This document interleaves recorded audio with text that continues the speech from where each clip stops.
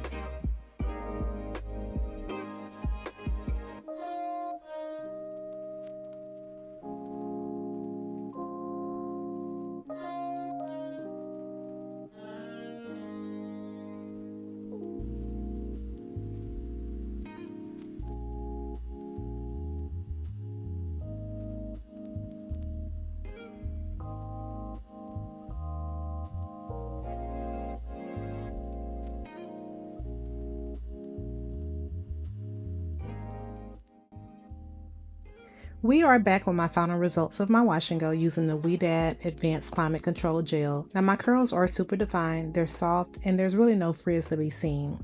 The gel claims that it locks out humidity while enhancing curl definition, and I do have to say it's living up to the hype so far. As far as the details go, the gel comes in an 8.5 fluid ounce bottle and costs about $26. It does have a flexible hold, my curls don't feel crunchy or stiff, and they are bouncy and shiny.